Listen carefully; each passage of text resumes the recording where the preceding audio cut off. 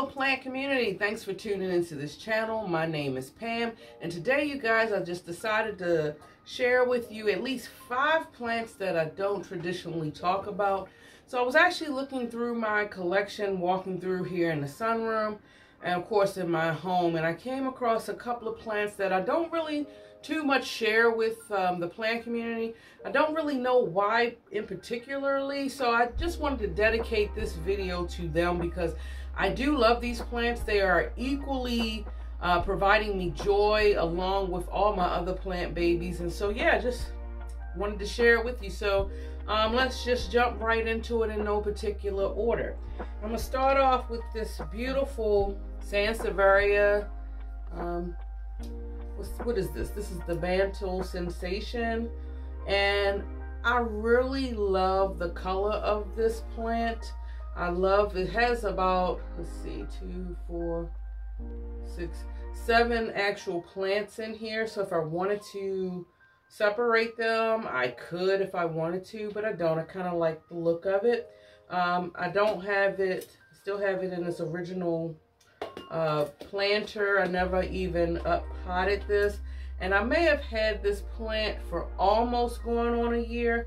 I really can't pinpoint exactly how long I've had it. I know that it has not been over a year thus far, but then again, time do go by fast, you guys, so I don't really know.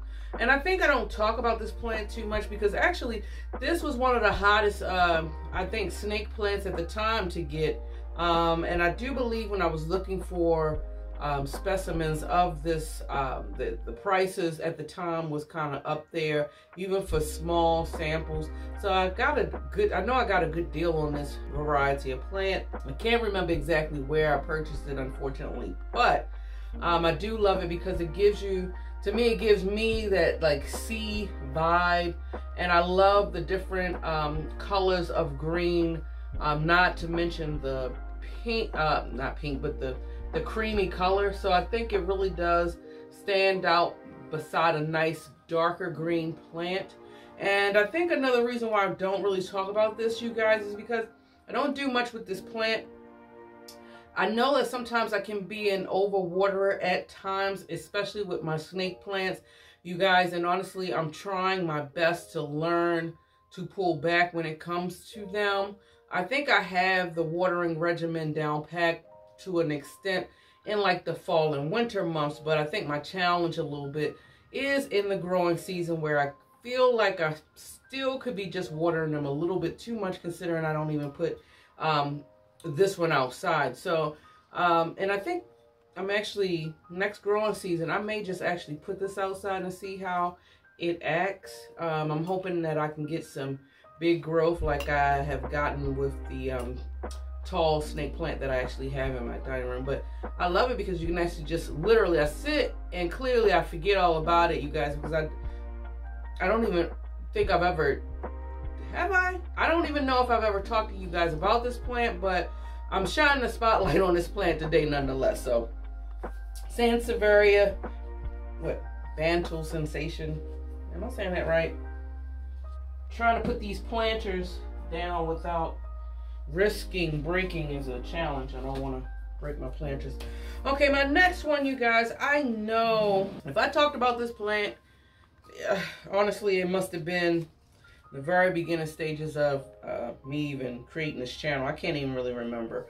And I have this plant, it's crazy. I have this plant really in the sunroom. And you know, I'm always talking about all these plant babies in my sunroom, and I overlooked this one for some reason. But anyway, let me show you, because I really do like this plant. It's this is the Anthurium Ploumanii. Now what I had initially did, because I really love this plant, you guys, I brought, I think, like 2 4-inch planters, and I wound up combining it and putting it in here. I think the reason why I don't mention this plant too often, you guys, is because it really has not taken off in growth, and I've definitely had this plant for over a year. Yeah, and I can see, you know, anthuriums are known to have those robust root systems, and I'm gonna see if I can show you. Y'all see this right here? It's actually coming out the pot, but it doesn't seem like it's root bound, not yet. So I'm just gonna leave it in here as long as I can. Now, plow manii, Anthurium version, I believe they can get really big. But what I really like about this plant is, look at this shape of the leaf. It's a very thick leaf, as some anthuriums are known for. And it has like the little ruffle texture that kind of reminds me of like maybe a jungle boogie, but not as sharp of edges. But I really do love it. And as for an anthurium, you can kind of let this plant dry out to a certain extent. I do know that it does like, what's that, say bright to medium indirect light, and it'll do fine. I think I've been having it in a medium, I don't want to say completely low light, but some kind of light in between the low and the medium, which is, I guess, a sweet spot for it. But it could also be a reason why it really has not grown too much for me. So I don't know if that's the reason why I'm not talking about this plant. But this plant is beautiful. I really love it. So right now I do have it, like I said, I always had it sitting in my sunroom. But it's actually sitting, I have it on the floor underneath this grow light right here. And it tends to like it, but I really love the leaves. And I'm surprised that I'm shocked at myself that I don't even talk about this plant as often as I should, I think. Comment below, you guys. Let me know if y'all have this particular anthurium. You know, everybody always talking about crystallinums and all types of other anthuriums. And I don't think the plow manii is being talked about. I'm not sure. But anyway, moving along. This one right here is actually, I may have made a mention of this plant at least once, maybe twice, I'm not sure. But I just felt like I needed to shine a light on it today. And this is the goldfish plant. This is actually this one is, it is Shady Lady Marlene. And it's the goldfish plant. I've had this plant for a year now. When I first brought the plant, it came with blooms, and I have not been able to get it to bloom ever since. I do know for this plant, at least for me, it does not like to dry out completely. It will not be that forgiving. It will give me crispiness of leaves, and leaves will fall off. So I'm trying to, it's teaching me, or it's training me to how to better properly water this plant. But look, it's still kind of full. It's trying to get a little sparse up at the top. But I guess if push come to shove, maybe I don't know, venture out and try to propagate this. But guys, look, isn't it a beautiful plant? What I really like about this goldfish plant is the beautiful, dainty, dark green leaves that it has. So beautiful. And the leaves are actually thick too. And the Shady Lady, I don't know if y'all would be able to see it or not. Some of them are not. I can't really show you, unfortunately, I don't think in this lighting. But the back of the leaves do have like a subtle maroon, purplish like color to it. But I really love the, ooh, dagnabbit, almost ripped my monstera leaf. I really love the wild, funky look of it. And I have it hanging in my corner over there in the sunroom. And it's being protected by a little bit of the curtain. And even in the summertime, because I put my sheer curtains up, I do make sure that this plant is like in front of that curtain to a certain extent, because I don't want, I don't want it to bleach. That's one, or possibly burn. But guys, look. It's just growing so beautiful. I think this is a very beautiful plant. And goldfish plants, I think, are not really talked about in my personal opinion, but they're very beautiful. I highly recommend, if you understand watering, definitely get yourself one. Now, my next plant, you guys, I am surprised that I'm not really talking about this plant as much as I think I should, because when I had brought a plant, this plant before, and I had it for a whole year, and it was growing so beautifully. I loved it. I used to rant and rave about this plant, and then it just died on me. And anyway, I don't know if Me losing that plant kind of changed my whole perspective of how I feel about this plant. And that could be the reason why I'm not talking about this plant. I don't know. But this is my Peperomia Ruby Cascade. And it's a very beautiful plant. I had this plant, it's about to be a year, I want to say. Maybe it's already been over a year. Honestly, you guys, I can't give you time frames. I'm losing track of the plants as my plant collection grows. Is that going on with y'all? For those of you that grow your collection, do you kind of like lose track of like when, you know, how long you've had a plant? But I think what I don't like about it, and it's my fault, completely my fault, I don't really have a love for the bleach leaf look.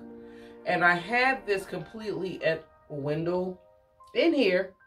And as you can see, the leaves are kind of like light. And I really prefer the leaves to be, you see how dark the leaves are down at the lower leaves? I really wish the top part was like that, because I think it's a wonderful contrast with this beautiful, look at that, the beautiful reds that's in the back. Y'all know I love these pink and red backs. I don't know what it is, but I always think it's a beautiful contrast with a dark green color. It gives you warm vibes. It gives you relaxing vibes.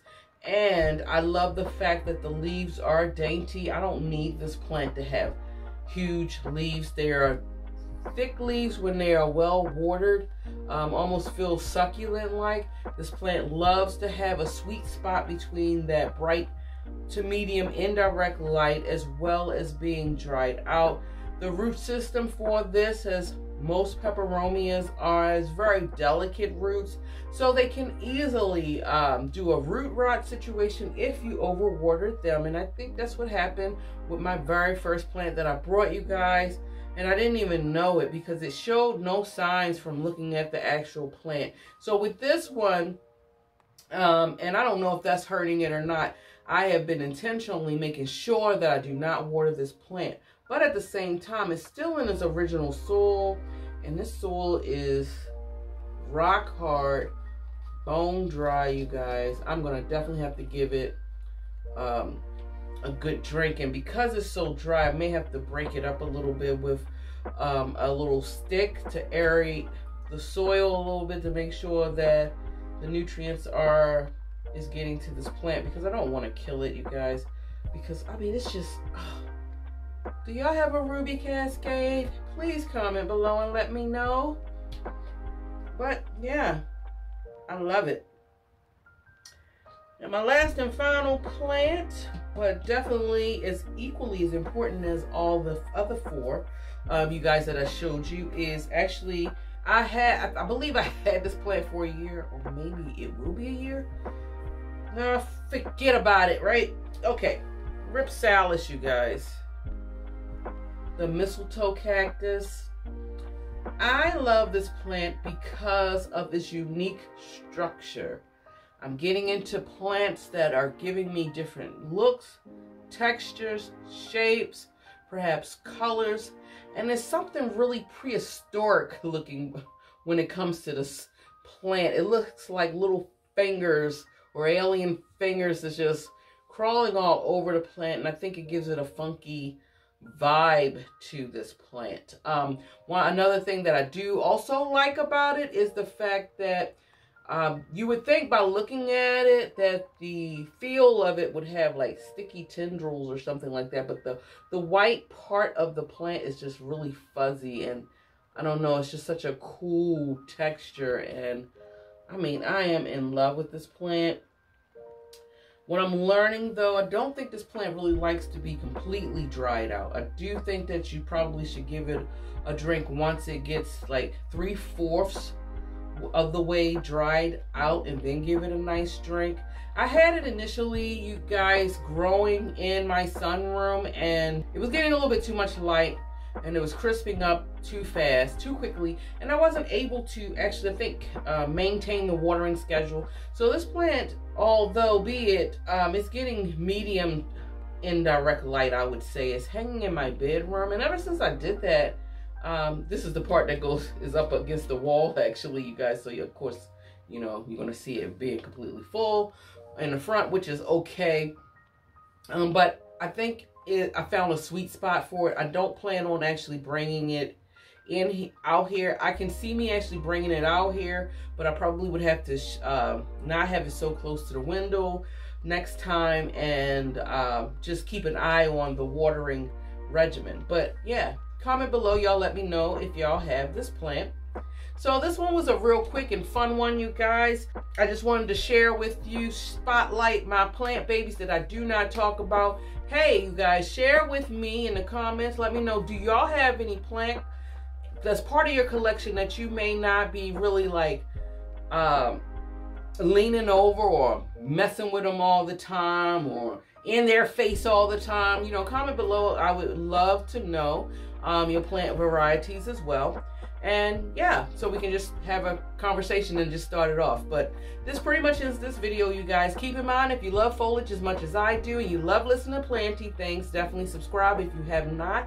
For those of you who have subscribed, thank you so much. Push those thumbs up, like and share, please. Helps get my channel out there. I know a lot of you guys are watching my videos, but there's a lot of you guys that's watching my videos and not subscribing. So if you can help me out, please, I appreciate it. Subscribe somewhere around here on the screen somewhere, please. I appreciate it. Enjoy your day wherever you are in the world, guys. And until next time, much love. Bye.